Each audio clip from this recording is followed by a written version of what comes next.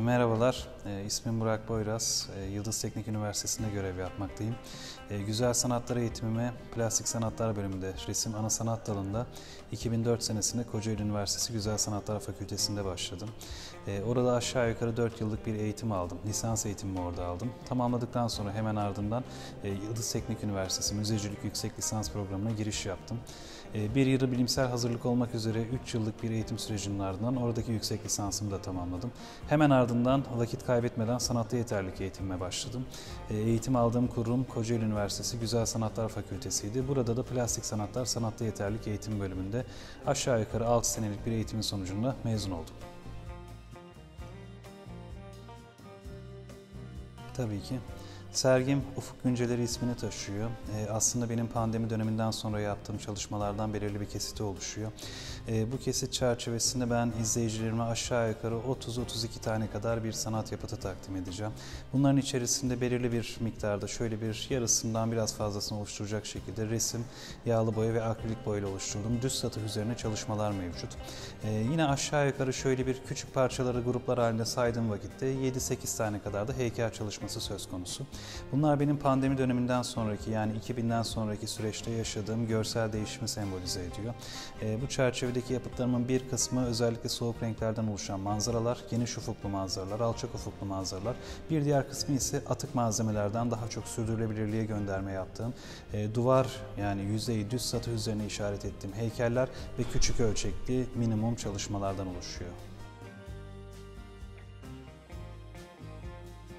Şöyle özetleyebilirim.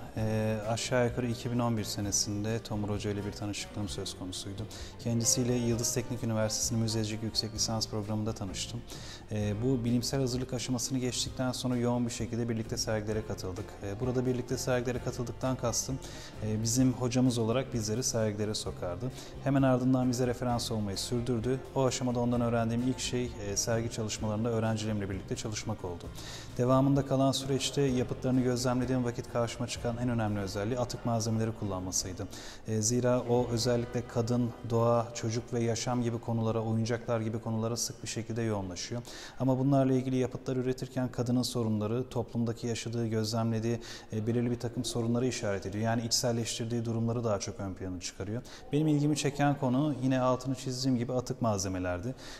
O daha çok kendi evinde, kendi yaşadığı bölge civarındaki atık malzemelerden beslenirdi. Ben ise Yıldız Teknik Üniversitesi'ndeki atık malzemelerden besleniyorum. Bunlar benim özellikle 2020 senesi sonrasındaki çalışmalarım. Aldığım pek çok atık malzemeyi yani bugün Ufuk Günceleri sergisinde göreceğiniz atık malzemelerden oluşan heykellerin pek çoğu yine Yıldız Teknik Üniversitesi bünyesinde çıkan, burada bulduğum, burada keşfettiğim, burada kompoze ettiğim çalışmalardan oluşmakta. En başta şunu söyleyebilirim, üsluplaşmaktan kaçınmaya çalışıyorum. Dolayısıyla sergime gelen insanları her defasında nasıl şaşırtırım, onlara belirli bir dönüşümü, belirli bir farklılaşmayı gözlemlediğim, içselleştirdiğim yeni sorunları farklı üsluplarla nasıl yansıtırım, en temel çıkış noktam bu oluyor. Gelen pek çok ziyaretçiyi ağırladığım vakit onlardan aldığım geri bildirimlerde de özellikle karşıma çıkan durum şu, pek çok açıdan farklılaşmayı nasıl başarıyorsunuz? Pek çok açıdan sadece resimle stabil kalmıyorsunuz, heykele de geçiyorsunuz, yer yer özgün baskı gibi çalışmalar da yapıyorsunuz. Hatta dijital çalışmalara da belirli dönemlerde yoğunlaşıyorsunuz gibi geri bildirimler oluyor. Bu benim özellikle istediğim bir şey. Sürekli farklılaşmaya çalışıyorum. Kendimi belirli aşamalarda güncellemeye çalışıyorum. Araştırıp, öğrenip, keşfettikçe de mevcut eser yelpazemi genişletmeye çalışıyorum. Aslında bu çok geniş bir şekilde cevap verebileceğim bir soru ama şunu kesinlikle söylemek istiyorum. Resim, kendi disiplinim üzerinden cevap vermek gerekirse sadece çizmek olmaz, sadece boyamak olmaz. Kesinlikle gezmek gerekiyor, kesinlikle görmek gerekiyor. Müzeleri, galerileri, yeni etkinlikleri görmek gerekiyor. Keşfetmek, öğrenmek gerekiyor. Bu noktada hep şunu söylerler, okumak, araştırmak gerekiyor. Sadece bu da yeterli değil, yazmak da gerekiyor.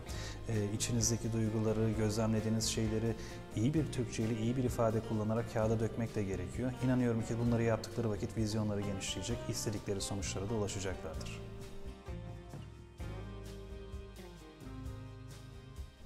Aslında bu noktada bir artım var diyebilirim. Bir tanesi bir sanat ve tasarım fakültesinin içindeyim. Gerek uygulama dersleri, gerek teorik dersler olsun pek çok derslerde genç arkadaşlarla, sanatçı adaylarıyla, ben öğrenci demiyorum, sanatçı adaylarıyla birlikteyim. Aslında biraz onların enerjisinden besleniyorum. Onların üretme yaklaşımlarını incelediğim vakit ben de kendimi güncellemeye çalışıyorum. Dolayısıyla bu noktadaki çıkış noktam kesinlikle kendi öğrencilerim diyebilirim. Bu noktada aslında sergilemeden bahsederken eğer seçme şansı bana aitse dikkat ettiğim ilk şey yapıtları ürettiğim lokasyonlarda sergiler açmak. Çünkü atık malzemelerden bahsettim, geri dönüşümlülükten bahsettim, sürdürülebilirlikten bahsettim. Bu eserleri oluştururken topladığım elementlerin, kompozisyon öğelerinin o bölgeyle bütünleşmesini istiyorum. O bölgeye bunları toparladığım bu atık malzemeleri farklı bir perspektifle sunuyorum, farklı bir perspektifle yaklaştırıyorum. Yeniden keşfedilmelerini istiyorum. Dolayısıyla eğer seçme hakkı bendeyse, sergi, galeri mekanı, müze, bu etkinliği gerçekleştireceğim yerin tespiti bendeyse kesinlikle üretim lokasyonuma yakın yerleri seçmeyi tercih ediyorum. Şunu şöyle tamamlayabilirim.